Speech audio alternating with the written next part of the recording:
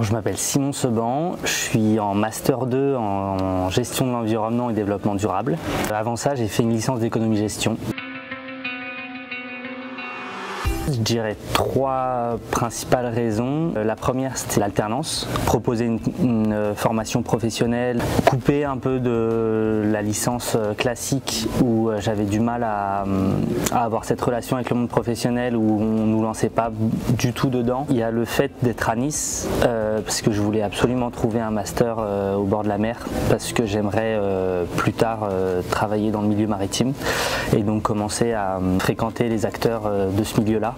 Et puis il y avait aussi le fait qu'on puisse participer au master sans forcément avoir un background en sciences ou en biologie, en SVT. La plupart des masters où je voulais postuler, il fallait ces compétences-là et venant d'économie-gestion, je ne les avais pas du tout.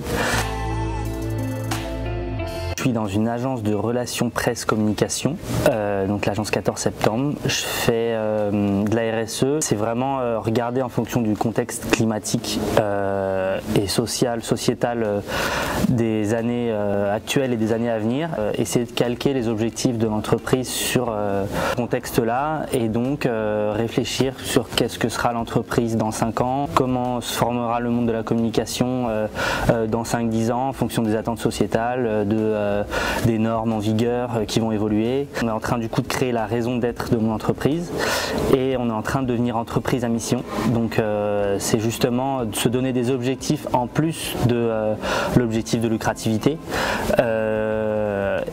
Donc ça va être dans le choix de nos clients, comment on les accompagne, comment on fait une communication plus responsable, essayer de en interne donner toutes les clés aux collaborateurs pour faire une communication plus responsable et développer avec nos clients des stratégies un peu de développement durable dans leur communication et même dans leur pratique.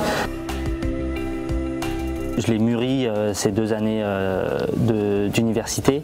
Je suis très content de mon alternance, j'ai appris plein de choses. C'est pas forcément mon projet professionnel de base et c'est vraiment le milieu maritime qui m'intéresse. Alors après, je sais pas forcément dans quel type d'organisme. Ça peut être des institutions publiques, des entreprises ou des associations.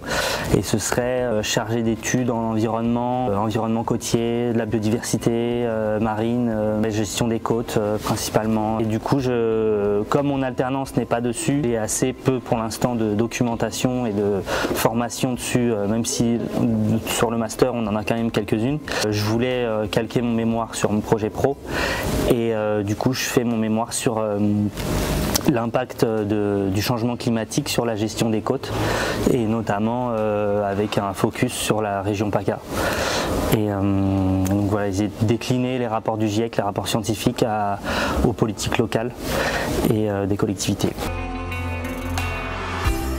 On est à l'IMRED, c'est une grande chance parce que déjà les locaux sont super et on croise beaucoup de gens. La semaine dernière, du coup, j'étais en train de travailler sur mémoire juste ici et il y a une ancienne du master qui travaille aujourd'hui au pôle mer à la métropole que j'ai vue et j'ai entendu dire qu'elle était au master GEDD et du coup je lui ai parlé, elle m'a dit qu'elle était au pôle mer, moi ça m'intéresse énormément. On va avoir un entretien la semaine prochaine ensemble et en fait je trouve que ça résume bien en fait l'IMRED et l'environnement dans lequel on travaille où on mélange professionnel, étudiants et ça change du cadre de l'université normale.